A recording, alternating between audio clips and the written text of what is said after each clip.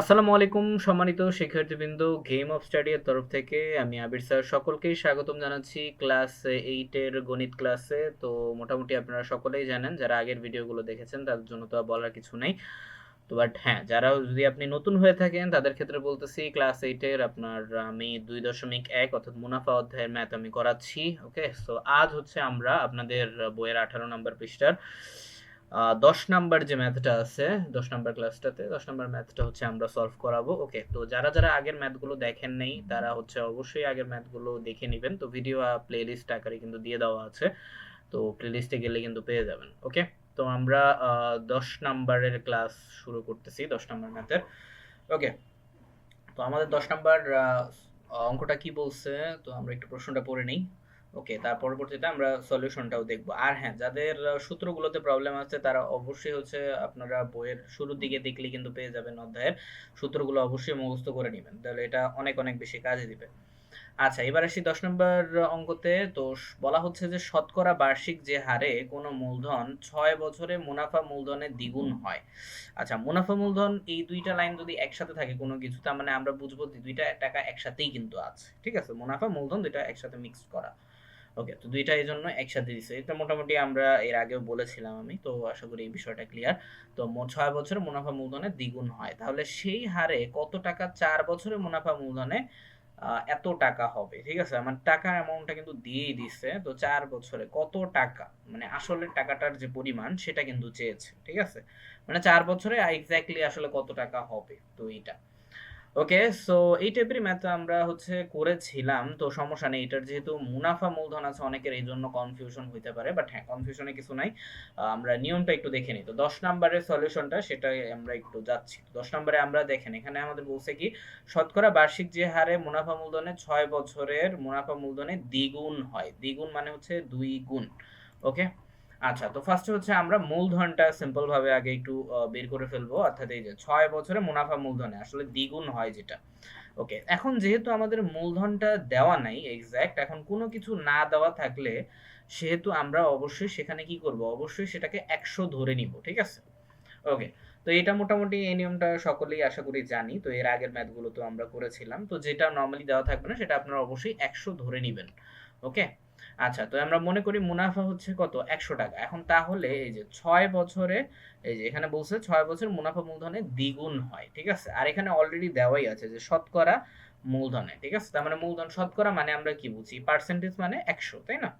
ওকে, তো এটা আশা করি বোঝানোর তেমন কিছু নাই, এগুলো নরমালি আগের ম্যাথ গুলো করলে আপনারা ইজিলি বুঝতে পারবেন।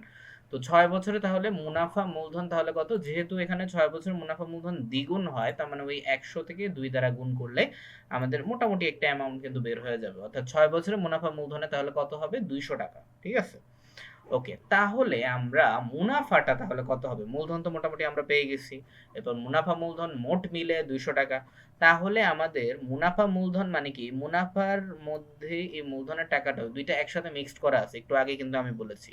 তো এটা থেকে আলাদা করতে হলে কি করতে হবে, অবশ্যই মাইনাস করে দিতে হবে। ঠিক আছে, এখন মূলধন অলরেডি আমাদের 100 টাকা কিন্তু আছে। ঠিক আছে, এখন তাহলে মুনাফা কিভাবে বের করব, মুনাফা মূলধনের যে অ্যামাউন্টটা পেয়েছিলাম অর্থাৎ এই 200 টাকা, এই 200 টাকার সাথে এই 100 টাকাটা মাইনাস করে দিলেই আমাদের হচ্ছে কি 6 বছরের যে মুনাফাটা সেটা কিন্তু ইজিলি বের হয়ে যাবে। ঠিক আছে, তো আশা করি বিষয়টা একদম ক্লিয়ার। তো মুনাফা মূলধন থেকে যদি কিছু আলাদা করতে হলে অবশ্যই মাইনাস করতে হবে। তো এটা আশা করি নর্মাল ভাবে আপনারা জানবেন, এর আগের ক্লাসগুলো তো আমি এভাবেই সেম টাইপের ম্যাথ কিন্তু দেখিয়েছিলাম। ওকে, তো আশা করি এতটুকু পর্যন্ত ক্লিয়ার। এইবার আসি আমাদের যে নর্মালি যে ঐকিক নিয়ম সেটাতে আমরা যাচ্ছি।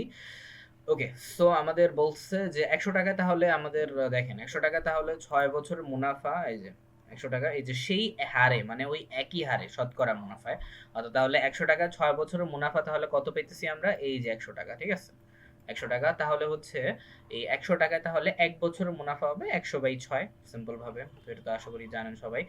এরপরে তাহলে আমাদের 4 বছরের মুনাফা যেটা হবে, এই যে সেই কত হারে, এই যে 4 বছরে বলছে 4 বছরে তাহলে কত, মানে আর কি কত টাকা হলে 4 বছরে এত টাকা হবে মুনাফা মূলধনে। তো যেহেতু হচ্ছে 4 বছর বলেছে, তো আমাদের কি 100 টাকা 4 বছরের মুনাফা তাহলে 100 × 4 নিচে 6। আচ্ছা, এখানে আমরা সিম্পল ভাবে 2 দিয়ে কাটাকাটি করছি, আপনারা চাইলে অন্যভাবেও কাটাকাটি করতে পারেন। ঠিক আছে, যেভাবে করেন অ্যান্সার ওই সেমই আসবে। আচ্ছা, তো 6 কে 2 দ্বারা হচ্ছে দিয়েছি 3 দুগুণে 6 আর 2 দুগুণে 4। এখন হচ্ছে উপরে দেখেন 2 100 200 আসে, এরপর নিচে 3। তো 200/300 এটা হচ্ছে ভাগ আকারে কিন্তু আসে। এবারে আমাদের যেহেতু এখানে ওকে, তো আসলের অ্যামাউন্টটা চাইছে, বাট হ্যাঁ আমাদের যেহেতু আর কাটাকাটি যাচ্ছে না, তো 200/3। এখন এটাকে মুনাফা মূলধন, যেটা মুনাফা মূলধন আমরা কত পেয়েছিলাম, মুনাফা মূলধন যেটা মুনাফা মূলধন আমাদের ধরে নিতে হয়েছিল কত, মুনাফা মূলধন ধরে নিতে হয়েছিল 100 থেকে আমরা হচ্ছে এখন যোগ করে দিব এই অ্যামাউন্ট। ঠিক আছে, তাহলে হচ্ছে আমাদের যে মুনাফা মূলধনের যে অংশ সেটা কিন্তু বের হয়ে যাবে। ঠিক আছে, মুনাফা মূলধন। এখন মুনাফা মূলধনের পার্থক্য আমাদের কত ছিল, মুনাফা মূলধনের পার্থক্য ছিল অবশ্যই 100 ছিল, তাই না? আর 200/300 এটা হচ্ছে আমাদের এই যে এটা মুনাফা। ঠিক আছে, আচ্ছা, তো এখন সিম্পল ভাবে আমরা কি করেছি, এটার হচ্ছে লসাগু করেছি। লসাগুর নিয়মটা আশা করি সকলেই জানেন। তারপর আমি বলে দিতেছি, এখানে কোনো সংখ্যা যদি এখানে না থাকে, একটা সংখ্যা যদি দেওয়া থাকে, তাহলে আমরা কি করি, মনে মনে এখানে 1 ধরে নিই, তাই না? এখন 1 যদি করি ওই সেম সেম নিয়মেই থাকে, 3 আর 1 এর লসাগু সিম্পল ভাবে ওই 3ই আসে। ওকে, তো 3 দিয়েছি, এরপর হচ্ছে সিম্পল ভাবে আপনার 1 এর সাথে 3, 3 1 এ 3, তাহলে 3 100 300।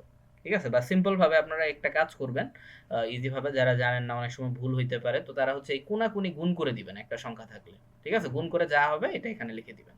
তো 3 100 300, তারপরে হচ্ছে 3 3 মিলে যাচ্ছে, 3 1 এ 3, এরপর 200 সাথে 1 গুণ করলে ওই 200ই থাকে। ঠিক আছে, আচ্ছা, তো আশা করি এই নিয়মটা বুঝতে পেরেছেন। এটা মোটামুটি সকলেই জানার কথা। তো 500/3 এটা আসে 300 এবং 200 যোগ করে। তো এইবার তাহলে আমরা মুনাফা মূলধনে হচ্ছে তাহলে আমাদের মোটামুটি একটা মানে অংশ কিন্তু বের হয়ে গেছে। তো মুনাফা মূলধনে তাহলে এই যে এত টাকা যদি হয়, তাহলে আসল মূলধন যেটা, ঠিক আছে, আসল মূলধন তাহলে কত হবে, যেটা দেওয়া নেই অবশ্যই আমি বলেছিলাম 100, তাই না? তো এরপর মুনাফা মূলধন যদি 1 টাকা হয়, তাহলে আসল মূলধন তাহলে 100 গুণন 3 আর হচ্ছে 500।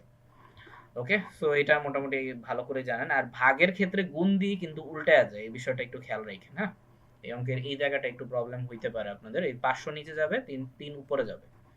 ঠিক আছে, ওকে, ভাগ অবস্থা থাকলে কোনো রাশি গুণ দিয়ে কিন্তু উল্টায় যায়, এটা মোটামুটি সকলেই আমরা জানি। নরমালি এই টাইপের ম্যাথ আপনারা 6 7 হয়তো করে আসছেন।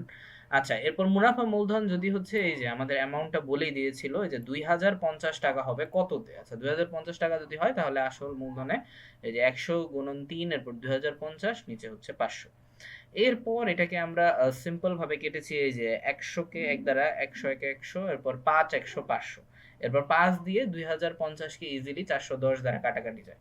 এটার ক্ষেত্রে আপনারা নরমালি ক্যালকুলেটর কিন্তু ইউজ করতে পারবেন, সমস্যা নেই। সিম্পল ভাবে আপনারা 2050 কে 5 দ্বারা ভাগ দিলে আপনার এই যে 410 কিন্তু বের হয়ে যাবে। ঠিক আছে, ওকে। আর সিম্পল ভাবে 500 কে 100 দ্বারা, এটা সিম্পল ভাবে ভাগও দেওয়া লাগবে না, এটা আপনারা তো জানবেনই, 5 100 500, তাই না?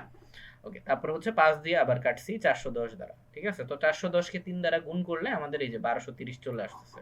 তো যেটাই হচ্ছে আমাদের মূলধন, যেটাই আমাদের কি বের করতে চাইছিল, এই যে সেই হারে কত টাকা তাহলে হচ্ছে কি, কত টাকা, এই যে 4 বছরে মুনাফা মূলধনে এত টাকা হবে।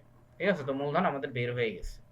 ওকে, তো মুনাফা মানে সরি মূলধন হবে তাহলে কত, 1230 টাকা। তো অঙ্কটা চাইলে উঠায় নিতে পারেন। তো এই ছিল 10 নাম্বার ম্যাথ। ওকে, সো আশা করি অঙ্কটা ক্লিয়ার সবার। আর তারপরেও যদি কোনো সমস্যা হয়ে থাকে, তাহলে অবশ্যই কমেন্ট করে জানাতে পারেন। ইনশাল্লাহ আমি আবির স্যার চেষ্টা করব আপনাদের কমেন্টের রিপ্লাইগুলো দেওয়ার। ওকে, তো নিয়মিত ম্যাথগুলো প্র্যাকটিস করবেন, আর ইনশাল্লাহ আমিও চাইবো হচ্ছে রেগুলার ম্যাথের যে ক্লাসগুলো আছে সেগুলো দিতে। তো এটা সম্পূর্ণ ফ্রি ক্লাস, আপনার হচ্ছে প্লেলিস্টে গেলে কিন্তু আপনারা পেয়ে যাবেন। ওকে, তো শুভকামনা রইল সকল স্টুডেন্টকে। আর এইটের ম্যাথগুলো আসলে অনেক গুরুত্বপূর্ণ, তা না হলে 9-এ যেয়ে কিন্তু অবশ্যই অবশ্যই সাফার করতে হবে আপনাকে। তো অবশ্যই বেসিকটা ক্লিয়ার রাখতে হবে। ওকে, তো আমি আবির স্যার এখান থেকে বিদায় নিচ্ছি। তো নেক্সট ক্লাসে ইনশাল্লাহ আমরা 11 নাম্বার যে ম্যাথটা আছে, এই যে পরবর্তী যে ম্যাথটা, এইটার সলিউশনটা দেখব। ওকে, তো ততক্ষণ পর্যন্ত আল্লাহ